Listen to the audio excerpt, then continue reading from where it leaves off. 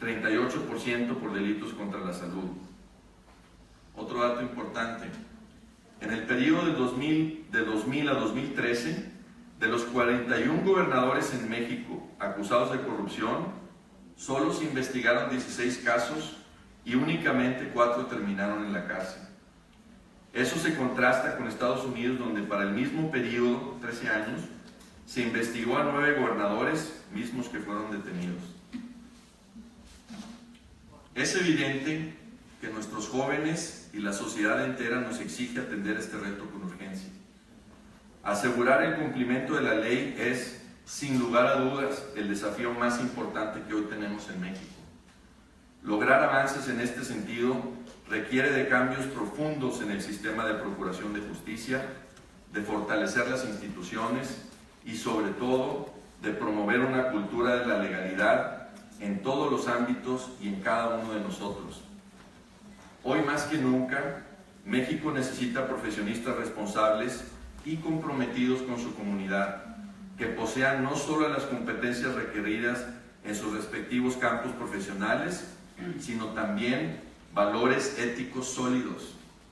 Las instituciones de educación superior debemos jugar un rol crucial para formar ciudadanos comprometidos con su comunidad y con principios éticos que contribuyan a reconstruir el tejido social.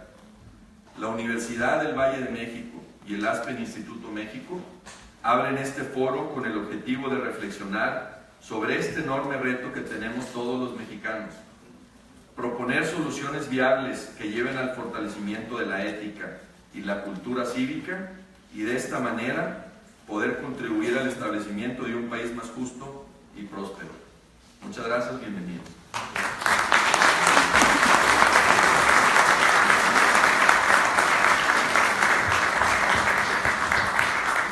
Muchas gracias por su mensaje, maestro Luis Durán. A continuación, solicito al licenciado Federico Reyes Heroles, presidente del Consejo Rector de la Fundación Este País AC, y al doctor Juan Ramón de la Fuente, presidente del Consejo Directivo del Aspen Institute México, que nos acompañen al escenario para dar inicio al diálogo ¿Cómo llegamos a donde estamos? Me permito leer la semblanza del licenciado Federico Reyes Heroles. Es un reconocido escritor y comentarista político. Tiene más de 12 títulos publicados, entre los que se encuentran ensayos de filosofía política y novelas.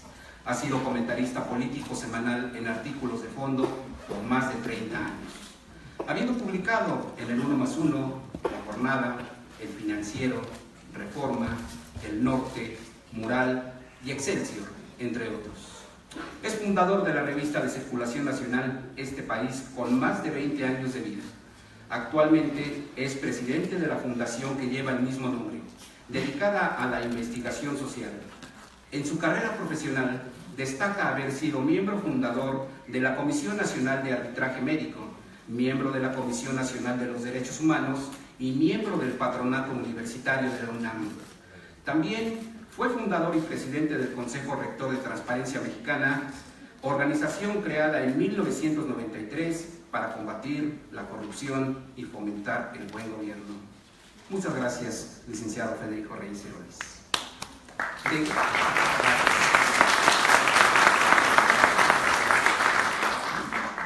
De igual manera, doy lectura a la semblanza del doctor Juan Ramón de la Fuente. Es psiquiatra y académico.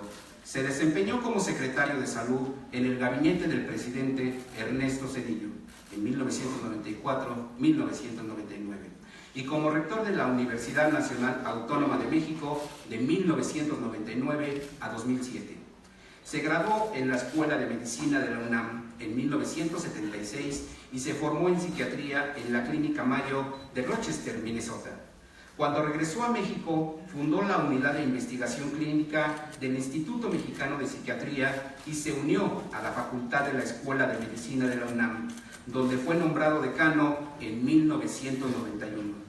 El doctor de la Fuente ha sido presidente de la Academia Mexicana de Ciencias y unos años más tarde, presidente de la Academia Mexicana de Medicina. En 2008 fue elegido presidente de la Universidad Internacional de las Naciones Unidas en Tokio. También recibió el Premio Nacional de las Ciencias y las Artes en 2006. Doctor, muchas gracias. Si no estamos Muchas gracias, buenos días. Federico me ha cedido el honor de iniciar este diálogo, así que lo hago con mucho gusto, agradeciendo en primer lugar a Laureate, a la Universidad del Valle de México, a su presidente, a Luis Durán, que por cierto hizo una presentación contundente para enmarcar esta reunión. Casi que podríamos decir, después de escucharlo, bueno, pues tenemos que hacer de veras algo, ¿no? Porque el panorama no puede ser más preocupante. Pero muchas gracias por la iniciativa y por habernos invitado. A nombre del ASPEN, nos da mucho gusto seguir colaborando con Laureate. El presidente de Laureate forma parte del consejo de ASPEN.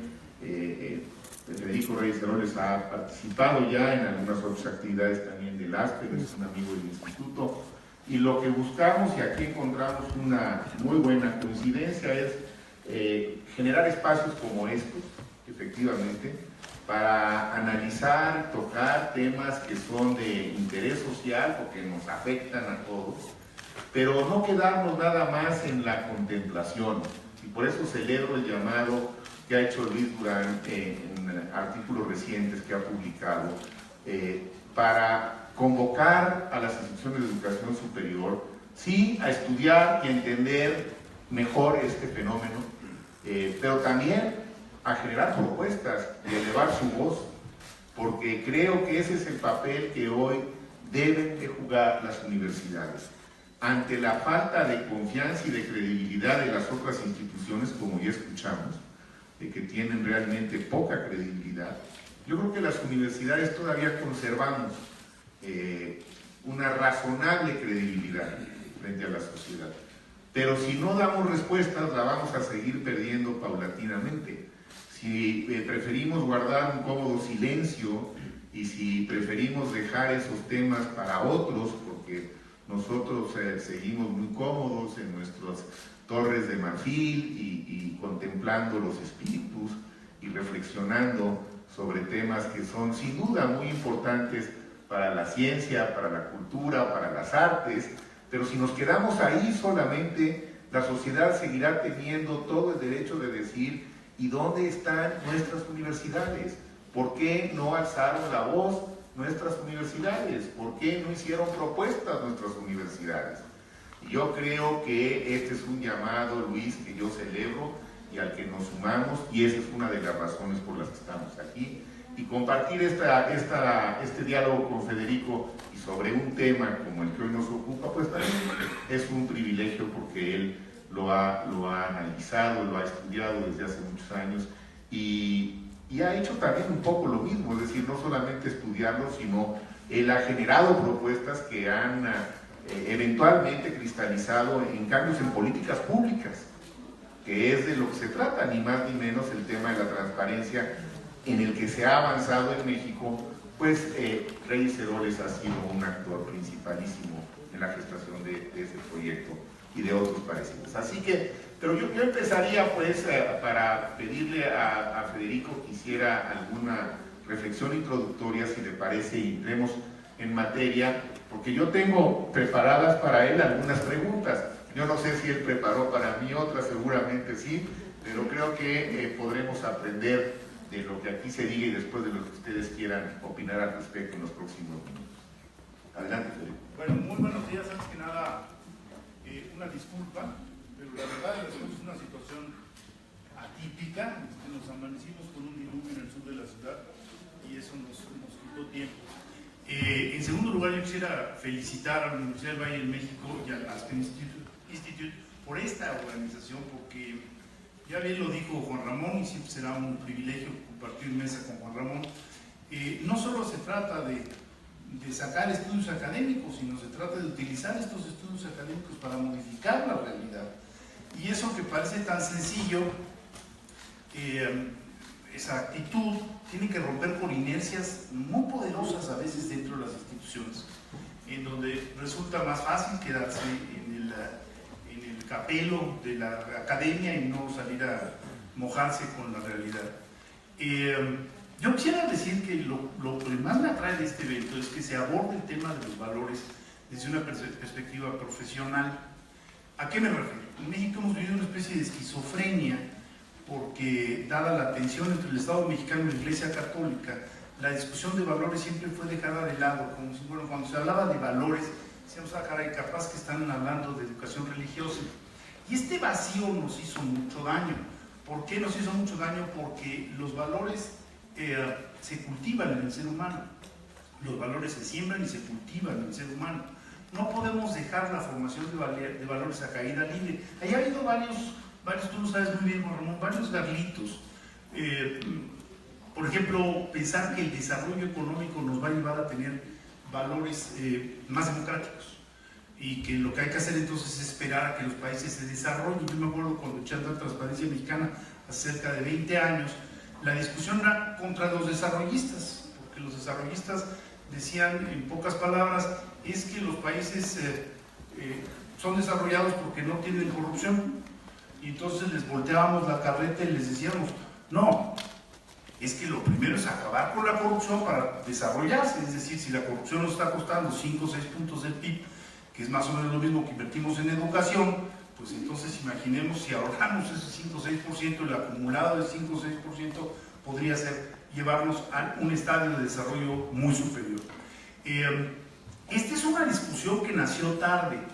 En alguna ocasión me puse a recopilar leyes de acceso a la información y la mayoría de las leyes de acceso a la información son de la segunda mitad del siglo XX. Sin embargo, de pronto me encontré, y pensé que era un error de dedo, Suecia, y la ley de acceso a la información es de 1776.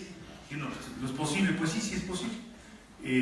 Los suecos concibieron que donde hay dinero público, el ciudadano debe y puede meter sus narices e investigar desde 1776.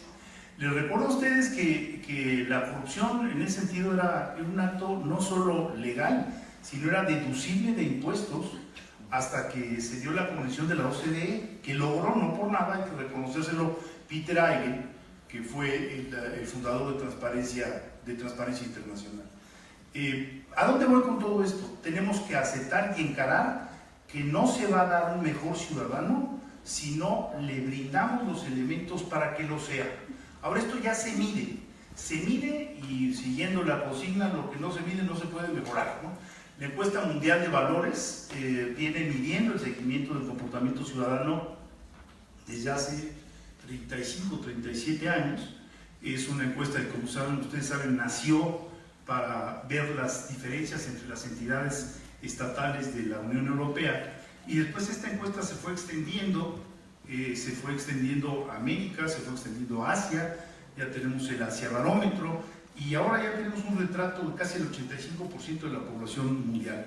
En el primer número de la revista Este País, hace 27 años, en el primer número venían ya datos de la encuesta mundial de valores, precisamente porque tratamos, el grupo que formó esta revista, de inducir el análisis de los valores del mexicano. ¿Por qué? Bueno, porque era un área pues, que estaba llena de mitos, estaba llena diría yo, de imágenes falsas, de estereotipos. El mexicano es, por ejemplo, ¿cuál mexicano? Del norte, del sur, del centro, las mujeres, los jóvenes. Hay que ponerle cifras a las cosas, y nos dimos cuenta de que el mexicano no era tan nacionalista como decíamos. Por ejemplo, en alguna ocasión hablé con Carlos Fuentes para pedirle un material para el primer número de la revista, y le dije, oye, eso del nacionalismo, me dijo, no, el nacionalismo es un tema fantástico, los mexicanos somos muy nacionalistas. Le dije, a ver, hold your horses, te voy a enviar algunos datos. El 56% de la población en México admitiría que la frontera entre México y Estados Unidos se disolviera si esto trae un beneficio económico. Entonces me habló a los 3 días y me dijo, ¿qué es esto? Los datos. Bueno, esos mismos datos nos arrojan hoy en día a una población que es, diría yo, bastante poco confiada del otro ciudadano. Es decir, la formación de los ciudadanos todavía es una lacra en México. No hemos formado buenos ciudadanos. Ojo, la formación de ciudadanía está muy vinculada con los procesos de urbanización. Esto no es nuevo.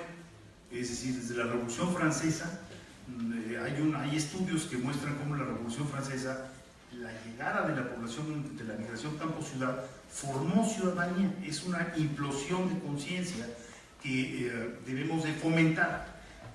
Insisto, la urbanización facilita las cosas, pero no es el único insumo, hay otros insumos. Y mi pregunta sería, bueno, Juan Ramón, ya que estás en el Aspen Institute, ¿qué acciones han emprendido ustedes para precisamente fomentar, acelerar esa formación de ciudadanía? ¿Y cómo les ha ido? ¿Cuál ha sido la experiencia? Sí, mira, a ver, a mí me gustaría, a lo mejor para no dejar el tema de valores que tocaste sin rematar un poco más, y ahorita entramos a lo que estamos haciendo y lo que se podría hacer. Porque yo creo que es muy importante este tema, que sin valores, pues realmente no vamos a ningún lado, no vamos muy lejos, no hay ciudadanía, no hay liderazgo que valga, no hay autoridad. Y un poco mi reflexión y pregunta, Federico, sería, ¿tú dónde crees que yo tengo la impresión que en algún momento se nos perdieron los valores en la misma sociedad mexicana?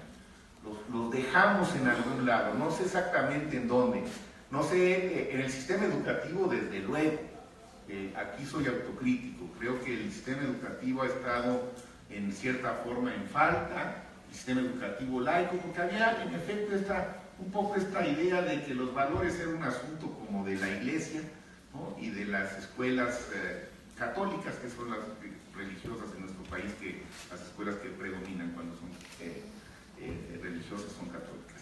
Y que la educación laica, de alguna manera, tenía poco que ver con los valores. Entonces creo que en la escuela en algún momento se nos perdió. Se hicieron una serie de cambios de planes de estudio, se hizo a un lado el civismo, se hizo a un lado cosas que tenían que ver también con ética pública.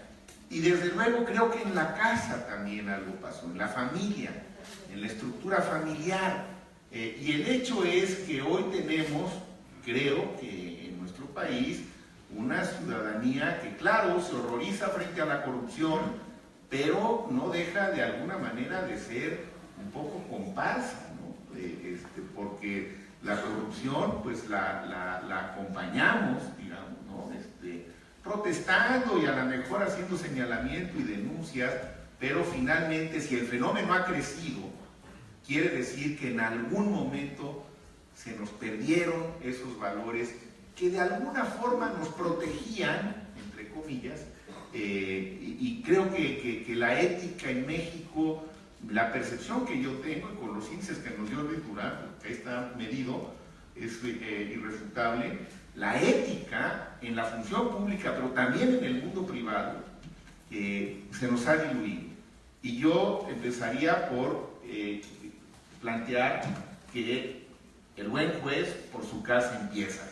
Y a lo mejor tendríamos que empezar por revisar lo que en el sistema educativo, que es un ámbito en el que podemos incidir, hemos dejado de hacer o podríamos de hacer en la visión para recuperar los valores en el aspecto formativo que señalaba Durán. Pero ¿tú qué piensas? A ver, yo creo que hay una discusión muy interesante, porque lo primero que debemos averiguar es cómo se transmiten los valores.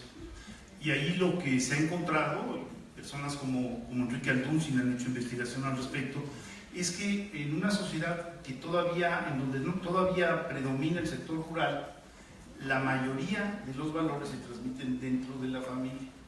Conforme la mujer se va incorporando al aparato productivo, disminuye esta capacidad de transmisión de valores. Entonces tú estás señalando un asunto de fondo.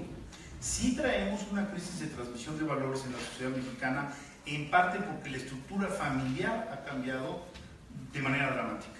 El orden normal era, en primer lugar, familia, en segundo lugar, el aparato educativo y en tercer lugar, los medios de comunicación masiva.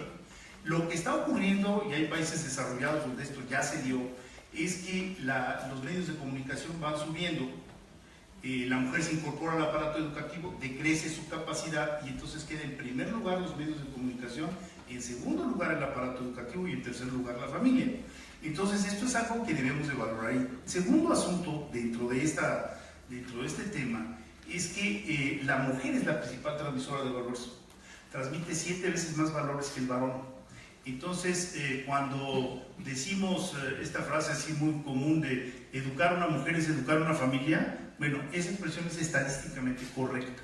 Entonces creo que deberíamos de poner énfasis también en acercar información a las madres, acercar información a través del aparato educativo a las mujeres que están encargadas de los hogares, que por cierto ya en México más del 25% de los hogares son sostenidos por mujeres, para ponerlas en el centro de la discusión, no verlas como algo tangencial que aparece de vez en vez. Eso me parece central. Ahora, esta crisis que tú señalas de valores me impresiona porque coincide con los datos muy recientes sobre el escepticismo en México. A ver,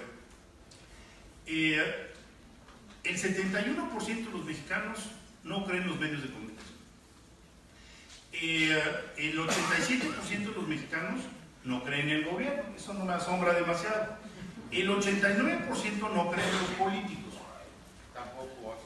tampoco asombra. Pero ahí te dan estas dos que me asombran. El 73% no cree en las organizaciones de la sociedad civil y el 67% no cree en los personajes del internet. Entonces la pregunta, Juan Ramón, por lo menos para mí es, ¿y entonces en qué estamos creyendo?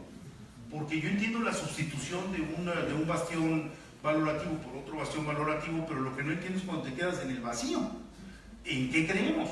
¿No tienes cifras de universidades? No, sí, tenemos. Aquí están las institucionales. ¿Cómo salimos?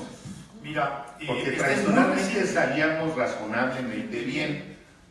Vienen en segundo lugar, en primer lugar la Marina Armada, en segundo lugar la UNAM. Seguramente después vendrá la Universidad de Valle de México, está haciendo un trabajo fantástico.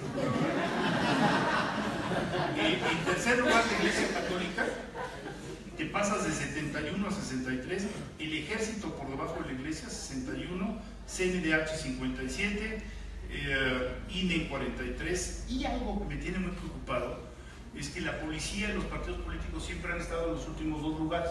En algunas encuestas aparecía, en el último, la policía, y después aparecían los partidos políticos. Era una carrera de nariz a nariz, ¿no? Cercana, y una carrera muy meritoria por el último lugar. Sin embargo, en este registro del 17, de marzo del 17, la policía está 8 puntos por arriba de los partidos políticos. Ya no es una diferencia marginal. Ya empieza a haber más reconocimientos de los cuerpos policíacos que de los partidos políticos. Y eso a mí me parece que es, si los partidos políticos están en el descrédito total, ¿de dónde podemos esperar que salgan señales de conducción política y de congruencia política para la transformación del país? Esto es muy grave. De las universidades. A ver, aquí yo vuelvo al tema, por lo que nos dices, digamos, las universidades siguen estando razonablemente bien posicionadas en la percepción de la sociedad. Pero yo creo que, y aquí no sé qué piensas, porque puede ser un tema controvertido y a lo mejor después algunos de ustedes también tendrán seguramente algún punto de vista al respecto. Yo creo que las universidades deben salir, digamos, con más fuerza, no solo a denunciar o a señalar problemas, sino a esto que ya decíamos de adelantar propuestas, ideas, sugerencias, no necesariamente decir cómo hay que hacer las cosas, pero sí nutrir el debate con argumentos que son propios del estudio, de la reflexión y de la investigación, que habitualmente están mucho mejor estructurados que los argumentos que emergen de las propias instancias políticas de los partidos o del mismo gobierno, en donde la tendencia natural es a darle la razón a su jefe, ¿no? En las universidades hay esta irreverencia que me parece, no estoy convocando a la rebelión en la URB, pero hay esta, digamos, dinámica más irreverente que me parece que tiene una enorme frescura, que tiene una gran autenticidad, que le da un valor agregado a la argumentación, porque se dice con mucho más convicción y habitualmente también con más sustento. Mi pregunta, Federico, ¿tú pensarías que revisar, has hecho un planteamiento muy importante, que no lo quiero dejar pasar, hay que rescatar el papel de la mujer en la revaloración de la vida pública y privada en México? Ese es un poco el primer mensaje, me parece fundamental. Por supuesto que tendríamos que hacer algo de manera mucho más propositiva para que esto pudiera empezar a tener un mayor efecto. Y quizá un segundo punto sería decir, las universidades hagan su reflexión interna y también decídanse a salir con un poco más de fuerza, pero aquí no sé si estás de acuerdo, yo sí estoy de acuerdo, de lo que hasta ahora hemos hecho. Que esa confianza que la sociedad tiene se consolide y no se diluya.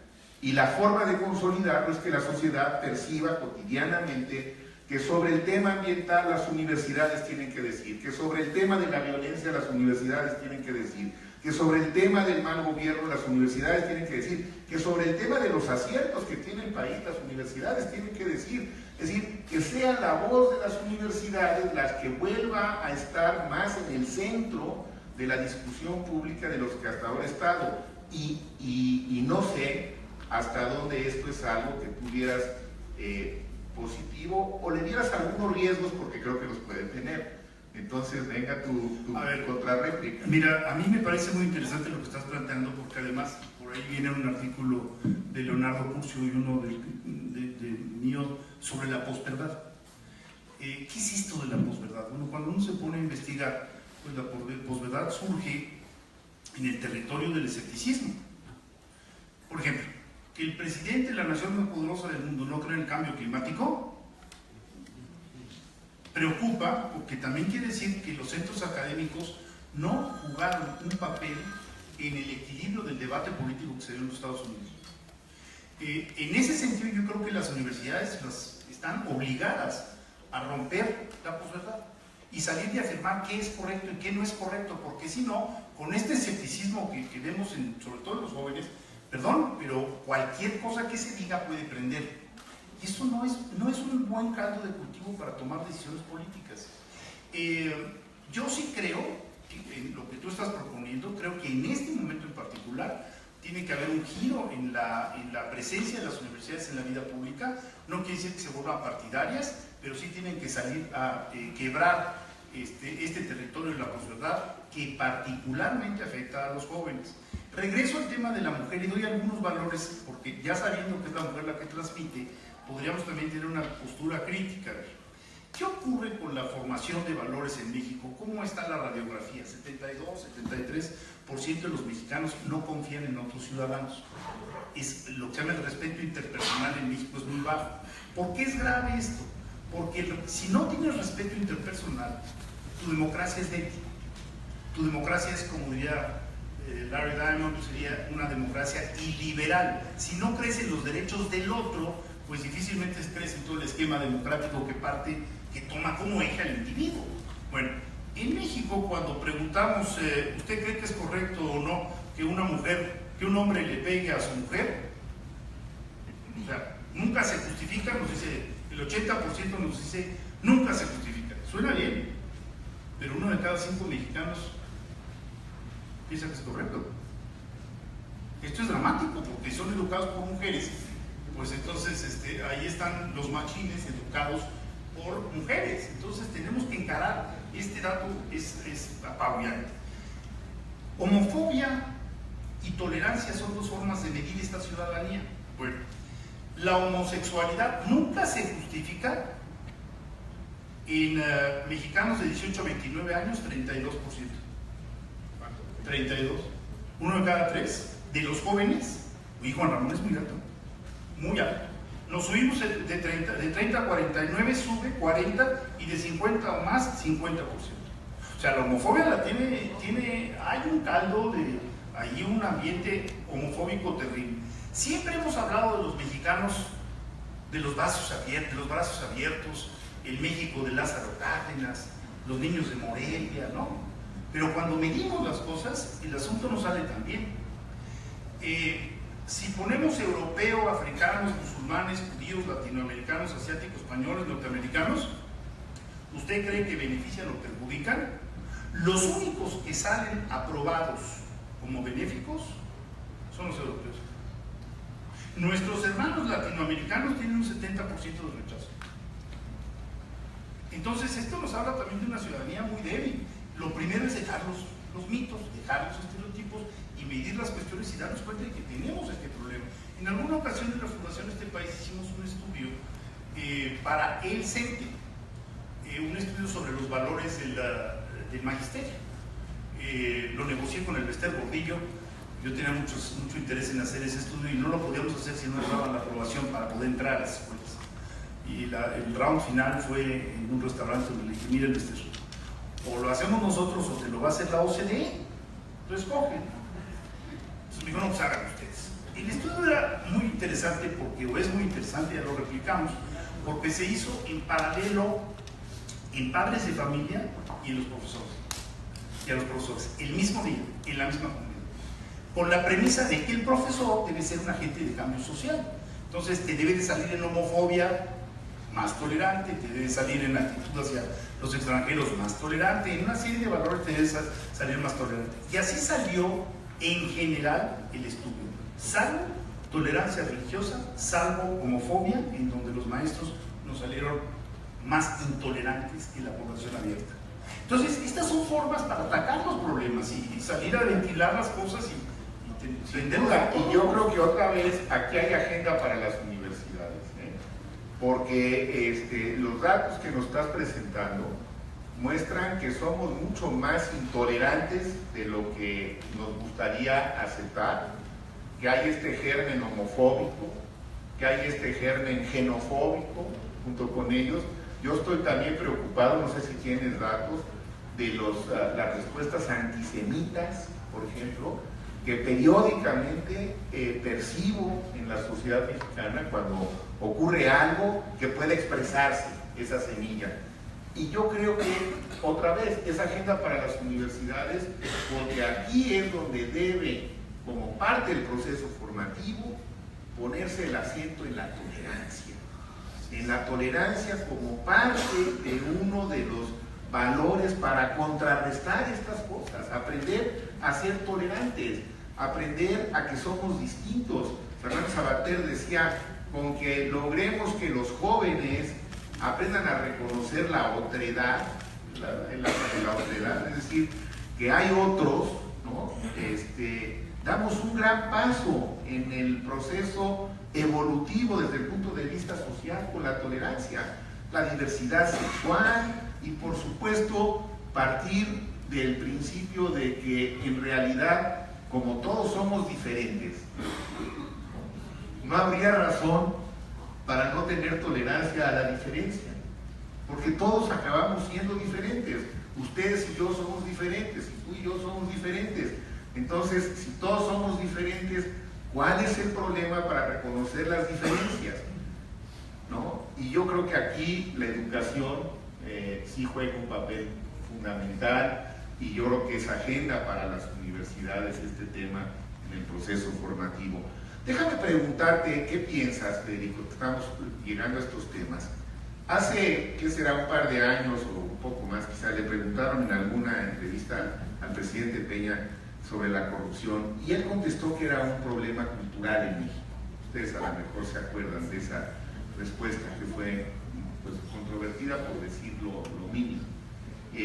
Pero más allá de la frase que puede no haber salido bien, no con la intención que quizá la quiso decir el presidente, ¿tú qué piensas sobre corrupción y cultura?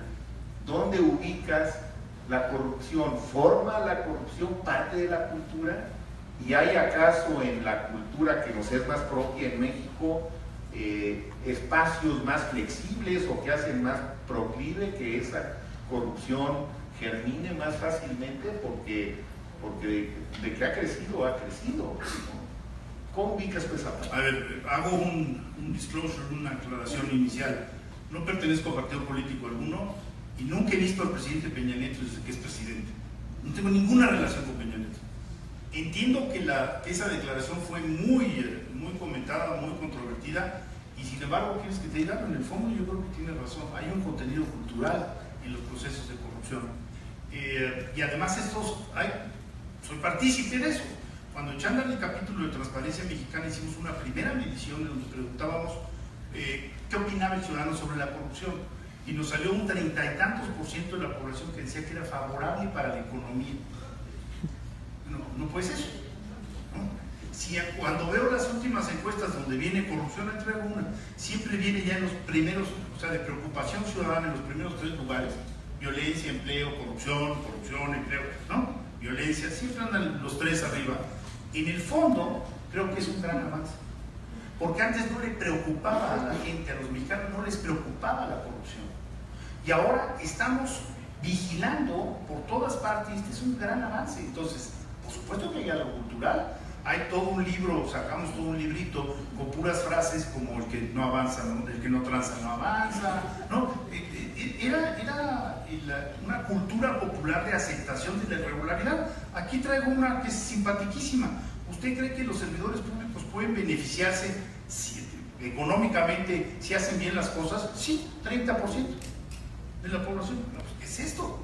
Entonces, sí está surgiendo una intolerancia a la corrupción que me parece muy sana. ¿Es cultural? Sí, porque se debe de hablar en casa, se debe hablar en las escuelas, se debe explicar lo que es la corrupción, se debe explicar, como lo decía, como lo estaba diciendo Luis ahorita hace un momento, es impresionante el costo que tiene para los sectores más pobres del país. Es decir, el impuesto más regresivo que tenemos en México es la corrupción. Porque si a una señora le condicionan llevarse la basura y le piden 50 pesos, para una señora de una familia de bajos recursos es un impacto terrible. Para una señora de clases medias no lo es tanto, y para una familia adinerada ni pinta el asunto. Entonces, la corrupción también en parte explica la brutal injusticia y desigualdad que hay en México. No es casual que los países escandinavos, donde hay menos corrupción, el IPC así lo demuestra desde hace años, sean países más justos. ¿Por qué? Porque no tienen este impuesto regresivo trabajando todo el tiempo en favor de la desigualdad. Entonces, si hay algo cultural con respecto a lo políticamente incorrecto, si hay algo... Pero es que reconocerlo me parece que es importante, porque la cultura se crea y se recrea. Entonces, si hay una, la podemos modificar. Es decir, lo que me parece, digamos, alentador de escuchar una reflexión como esta es que sí hay, por supuesto, posibilidades efectivas de recrear esa cultura e irnos hacia el otro lado. Si hay una intolerancia a la diversidad sexual que nos parece que es absolutamente inadmisible, por lo menos a mí, creo que a la mayoría de los que estamos aquí, pues podríamos pensar en sustituir ese tipo de intolerancias por una intolerancia a la corrupción. Así Es decir, que se vuelva culturalmente intolerante, que la corrupción sea tan culturalmente inadmisible que más allá de las sanciones, yo no me quiero meter en eso, sería tema de otro simposio, de la ineficacia de nuestro Poder Judicial y de la falta de sanciones y de impunidad, que de alguna manera también creo que fomentan que haya más corrupción. Culturalmente se puede hacer mucho contra la corrupción, porque sí está vinculado a la cultura. Entonces, decir que no está vinculado a la cultura nos cerraría esa opción. Yo prefiero, como lo estamos haciendo, decir, oigan, pues sí parece que hay una vinculación con la cultura y lo que hay que cambiar es esa cultura y hacerla que sea una cultura totalmente intolerante frente a la corrupción, con señalamientos específicos de la sociedad hacia los corruptos, pequeños, medianos o grandes, no importa tanto. Bueno, pues es otro tema que va decantándose en este diálogo. Aquí traigo algunos datos A ver. que nos pueden servir. A la pregunta de un funcionario público puede aprovecharse de su puesto, 27% contestan muy de acuerdo o de acuerdo. Es un tercio de la población. Después nos vamos a violar la ley, no es tan malo. Lo malo es que te sorprendan, esta siempre lanzamos, que te cachen, en pocas palabras. Tienes tienes un 21% que están muy de acuerdo. Este es muy importante porque hay un teórico, Lawrence Kohlberg, que por cierto ya murió, que analizó cómo asumen las distintas poblaciones la ley. Cuando una población reacciona, respeta la ley por miedo al castigo, Kohlberg considera que es una reacción menos civilizada que cuando ya logró introyectar la norma y sabe que este es el beneficio de la comunidad que da la ley. El Banco Mundial, cuando Wolfenson estuvo en el Banco Mundial, que hizo mancuerna con Peter Eigen, hicieron un experimento conocidísimo, las famosas carteras conscientes. Bernardo, ustedes deben de acordar, de las carteras con $500. Era un ejercicio donde se le preguntaba a una muestra muy amplia: si usted se encuentra una cartera, ay qué bueno porque nos va a salir escarcha, si usted se encuentra una cartera con $500 y se abrían 3 opciones y sabe que no está siendo vigilado, ¿qué hace con la cartera?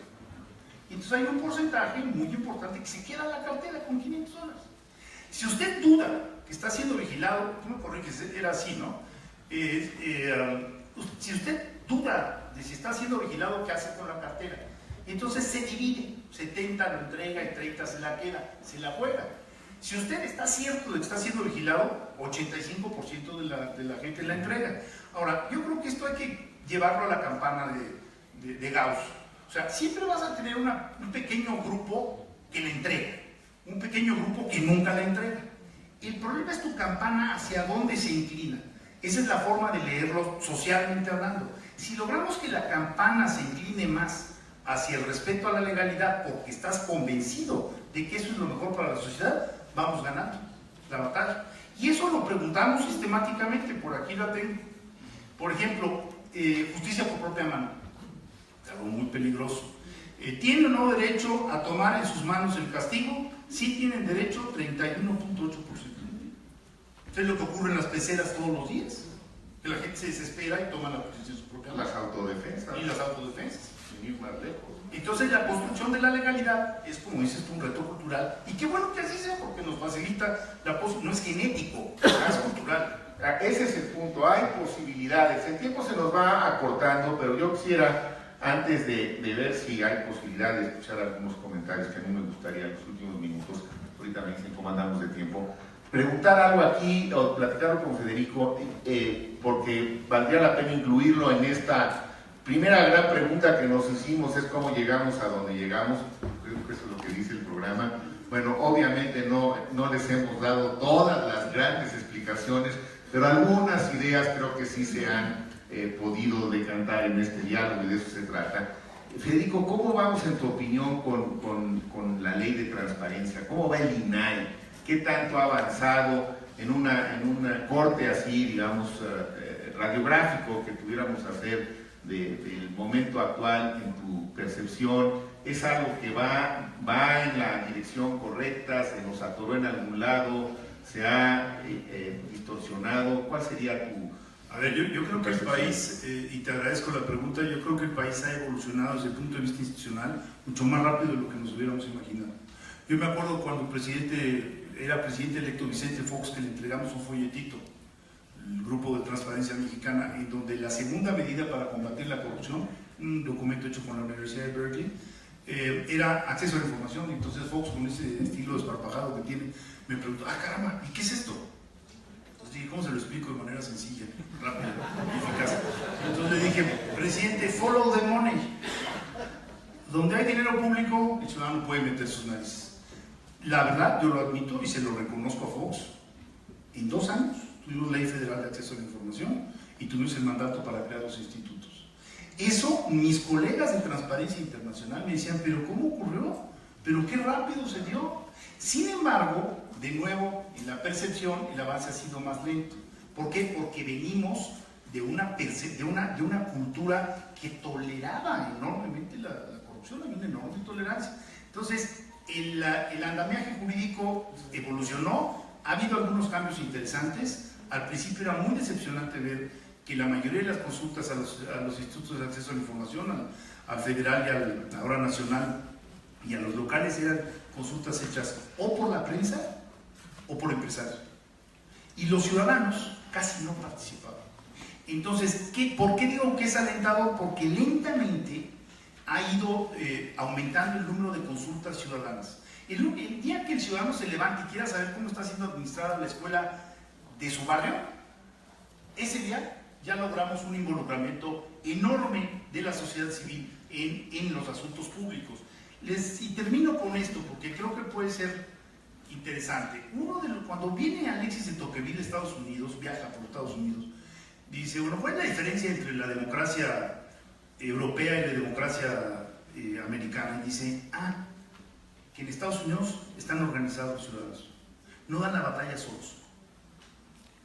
Dan la batalla de manera organizada. Para proteger tu colonia, para seguridad, para el parque, para el equipo de béisbol de la escuela, para lo que sea. Ahí les va este dato.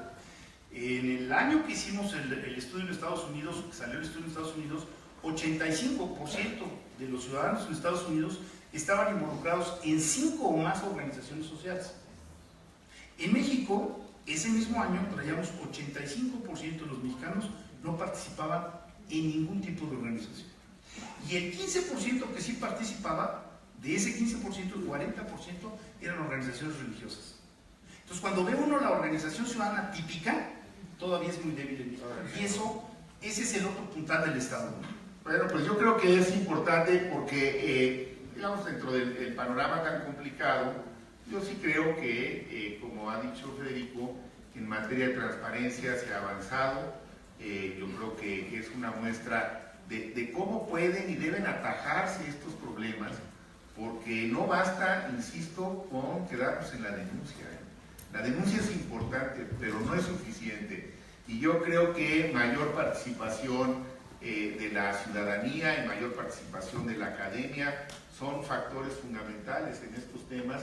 Así que tenemos el doble compromiso de seguirlos estudiando, seguirlos denunciando y también seguir haciendo propuestas para incidir en políticas públicas y que avancen algunos proyectos más rápidamente que otros. No sé cómo andamos de tiempo.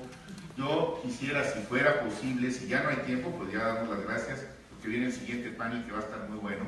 Pero si hubiera posibilidad de escuchar por lo menos un par de intervenciones de la audiencia, me parecería que no sería apenas injusto. ¿Es factible? Por supuesto, doctor. Tenemos todavía 5 minutos. 5 minutos, entonces escuchamos dos. Escuchamos 2 preguntas, por favor, acá de este lado, si nos apoyan con un micrófono, por favor. Tenemos todavía algunos minutos. Muchas gracias a todos. Nieves Arias, de Comunidad Consultiva. Gracias por darnos más chamba a las mujeres. Entro en muchísimas de las estadísticas. Soy una mamá de esas del 25% que mantiene a su familia hace muchos años. Orgullosa madre de 2 universitarios de la UNAM. ¿Sí? Y me parece muy interesante lo que están diciendo. Sin embargo, no coincido en algunas cosas y quisiera compartirlas. La primera, tengo una lista interminable, pero quiero ser breve por el tiempo. La primera, me parece que la responsabilidad de los valores está en todos. ¿Sí? Las mujeres tenemos bastante chamba ya. Yo creo que tiene que ver enormemente con la capacidad de ser un ejemplo. ¿Sí?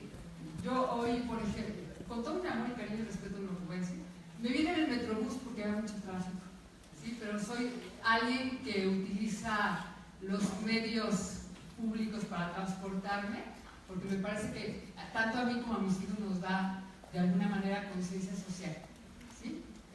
Tengo un proyecto que se llama Comunidad Consentido, en donde me acerqué a más de 10 personas públicas, digamos, ¿sí? A través de cartas y a través de algunas cosas, de las cuales nunca recibí respuesta. Entonces, ¿qué tanto los mexicanos nos estamos escuchando? No voy a decir a quién, pero tuve un proyecto maravilloso, tengo un proyecto y está en el tintero, y ojalá la UVM me escuche, para formar líderes. Tengo un programa que con otra universidad, desgraciadamente no pude hacer por un acto de corrupción. ¿Sí? Es tristísimo, yo le sufro, porque era un proyecto donde Coursera, que es una de las instituciones más importantes en educación en línea, aceptó un proyecto, y cuando yo empecé a trabajar con la universidad con la que estaba haciendo el proyecto, me dijeron, si quieres hacerlo, tú tienes que pagarlo, después de que había más de 400,000 pesos de presupuesto que estaba por Coursera. Entonces me duele mucho esto. Entonces, ¿qué tanto estamos siendo congruentes los que estamos aquí? ¿Sí? Y esa es mi pregunta, y esa es como mi aportación, en que México sea un país en donde los mexicanos respetemos a los mexicanos en cuestiones del tiempo. Tengo este lugar porque llegué a 8:30 en punto. Ayer recibí un correo electrónico donde nos pedían estar a las 8:30.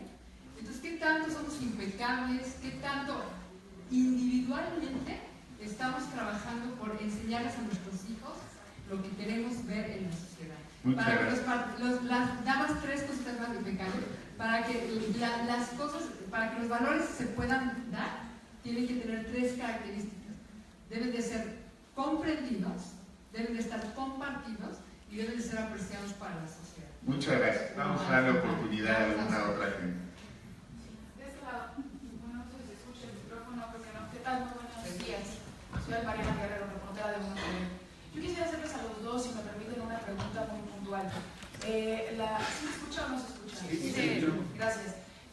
La primera es, bueno, en realidad es una sola pregunta. El día de ayer el Instituto Nacional Electoral aprueba este presupuesto de más de 25.000 millones de pesos solicitado a la Cámara de Diputados y se da una discusión bastante interesante al interior del Consejo General, porque bueno, los distintos consejeros llaman a que la Secretaría de Gobernación intervenga para ver si la Iglesia Católica está violando o no el Estado laico al posicionarse en este semanario desde la fe y catalogar como inmoral este presupuesto que podrían estar recibiendo los partidos políticos que asciende casi a 7.000 millones de pesos.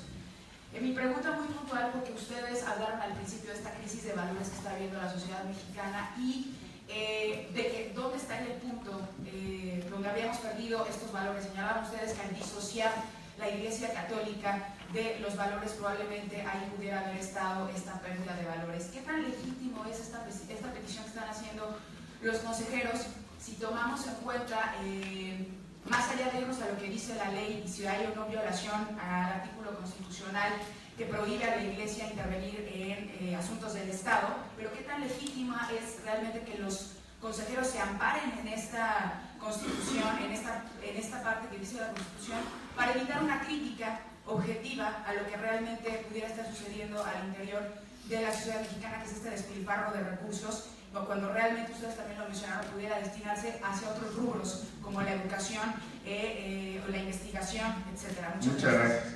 ¿Contestamos? Por favor. Si quieres comienzo de atrás para adelante. A ver, mire, el tema que está usted tocando a mí me pone los pelos de punta. ¿Por qué? Porque yo impulsé un amparo colectivo hace 9 años, cuando se modificó la ley para permitir que, más bien para no permitir que la sociedad pudiera utilizar spots en radio y televisión. En el momento en que le quitaron a la ciudadanía la posibilidad de expresarse durante los periodos de campaña, nos mutilaron nuestros derechos. Sonaba muy atractivo aquello de que hay que utilizar los tiempos del Estado para poder así bajar el presupuesto de los partidos políticos en los medios de comunicación. ¿Sabe qué ocurrió? Ni bajó el presupuesto, utilizaron los tiempos del Estado, spotificaron todas las campañas y hoy estamos pagando un dineral por las elecciones. Ahora, dicho esto, me parece que hay otro tema al cual se está usted refiriendo. El problema no es que desde la fe salga y diga que es un despilfarro. El problema es que ellos tampoco tienen autoridad moral para salir a criticar los dispendios. Y entonces volvemos a caer en el mismo círculo vicioso de quiénes son los referentes. Entonces, digo, ya nada más se lo dejo ahí como pendiente. Hay un asunto fiscal con las iglesias, del cual nadie habla. Yo, para abundar un poco en la segunda pregunta, ahorita vamos a la primera, simplemente diría que, porque sí es un tema de valores, una democracia es laica por definición. La democracia es laica o no es democracia. Entonces, todo lo que hemos hablado para fortalecer los valores y los principios, al final está orientado a fortalecer una vida democrática con esos valores y con esos principios, que es absolutamente respetuosa, por cierto, y consistente con la libertad de conciencia. En nada la limita, pero el principio es que la democracia es laica o no es democracia. Y sobre el primer comentario, si quieres, yo hago un comentario. Federico, gracias por venir, gracias por llegar tan temprano. Y yo creo que el punto es muy claro. Por supuesto que la responsabilidad es de todos. A ver, yo creo que aquí no hubo en ningún momento la intención de decir vamos a cargarle la mano a las mujeres que ya hacen mucho más de lo que a veces las mismas estructuras sociales les facilitan o les respaldan. Al contrario, yo creo que hay que tomarlo como necesitamos darles más espacio para que puedan hacer más cosas, porque en efecto son más efectivas, como ya nos lo ha dicho Federico, para muchas cosas, para transmitir valores, para establecer pautas de comportamiento, para la salud de todos nosotros.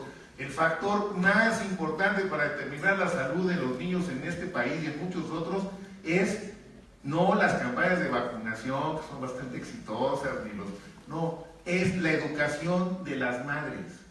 La correlación es directa, es contundente. La mejor forma de fortalecer la salud de los niños es dándole verdaderos espacios educativos a sus madres, porque ellas se encargan de que sus niños sean sanos cuando les damos los espacios. Entonces, no, yo creo que tiene toda la razón. No se trata, al contrario, de cargarles más la mano, sino, en todo caso, la crítica va para esta sociedad en donde todavía las condiciones de las mujeres son muy desiguales en relación a las que tenemos los hombres. Y tenemos que empezar por reconocerlo en los espacios en los que trabajamos, en los espacios académicos, en los espacios intelectuales y, por supuesto, en los espacios de la vida pública. Yo creo que esa es toda la intencionalidad del comentario, pero tú remátalo.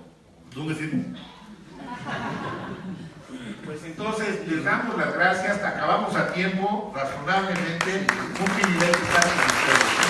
Agradezco al licenciado Federico Pérez la respuesta a la participación en el programa. Si me permiten, por favor, si pueden ustedes hacer el favor de seguir con esta decana para que nos haga el favor de entregar un reconocimiento a nuestros invitados.